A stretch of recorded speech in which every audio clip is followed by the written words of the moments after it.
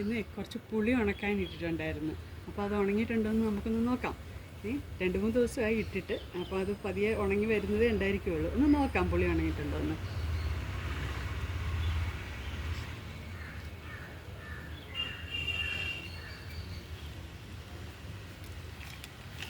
കുറച്ചേ ഉള്ളൂ, ഒരുപാടൊന്നും ഇല്ല, കുറച്ചേ ഉള്ളേ. നമുക്ക് ചേട്ടൻ്റെ വീട്ടിൽ നിന്ന് കൊണ്ടുവന്നതാണ്. ഇവിടെ പുളിമരമൊന്നും ഇല്ല. അപ്പോൾ അവിടെ ഉണ്ടല്ലോ പുളിയുണ്ട്, മരം നിറച്ചുണ്ട് പുളി. പക്ഷേ മഴ ആയത് കാരണം എടുത്തൊന്നും ഇല്ല. ഇപ്പോൾ ഈ 2-3 ദിവസമായിട്ട് മഴ മാറി നിൽക്കുന്ന കാരണം ഞാൻ കുറച്ച് കൊണ്ടുവന്നതാണ്. അപ്പോൾ ഒരു ദിവസം പോയപ്പോഴത്തേക്കും എടുത്തുകൊണ്ട് വന്നതാണ്. കുറച്ചുണ്ട്, എന്നാലും നമുക്ക് വീട്ടിലേക്കൊക്കെ കുറച്ച് മതിയല്ലോ.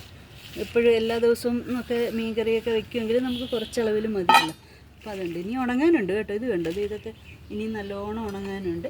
ഉണങ്ങി നിൽക്കും. പക്ഷെ നമുക്കിവിടെ പുകയ്ക്കാനുള്ള സൗകര്യമൊന്നുമില്ല. അപ്പം ഇങ്ങനെ ഉണക്കി ഒക്കെ റെഡിയാക്കി എടുക്കും. നോക്കാം.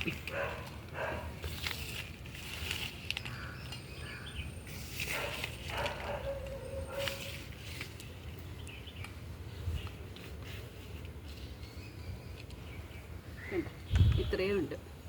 ഇത് തന്നെ നമുക്ക് നല്ലോണമൊക്കെ ഉണങ്ങി കിട്ടിക്കഴിഞ്ഞാൽ കുറച്ചധികം നാളത്തേക്കുണ്ട്. നിങ്ങളുടെയൊക്കെ വീട്ടിൽ പുളിയുണ്ടോ?